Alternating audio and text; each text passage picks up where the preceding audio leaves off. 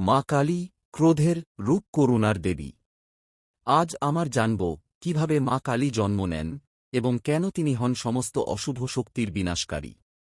এই রহস্যময় গল্প 1 মিনিটের মধ্যে। পুরাণে বর্ণিত আছে, মহিষাসুর নামের এক শক্তিশালী দানব পৃথিবীতে বিশৃঙ্খলা সৃষ্টি করেছিল। দেবী দুর্গা তার সঙ্গে লড়াই করেন, কিন্তু দানবের শক্তি এতটাই বেশি ছিল যে প্রতিবার তিনি আহত হচ্ছেন। তখন দেবী দুর্গা ক্রোধে মাতোয়ারা হয়ে যান। তার রক্তের ঝাপটায় অগ্নি সৃষ্টি হয়। সেই অগ্নি থেকে জন্ম নেন মা কালী, কালো রূপে, চতুর্ভুজ চেহারায়, ক্রোধ ও করুণা একসাথে।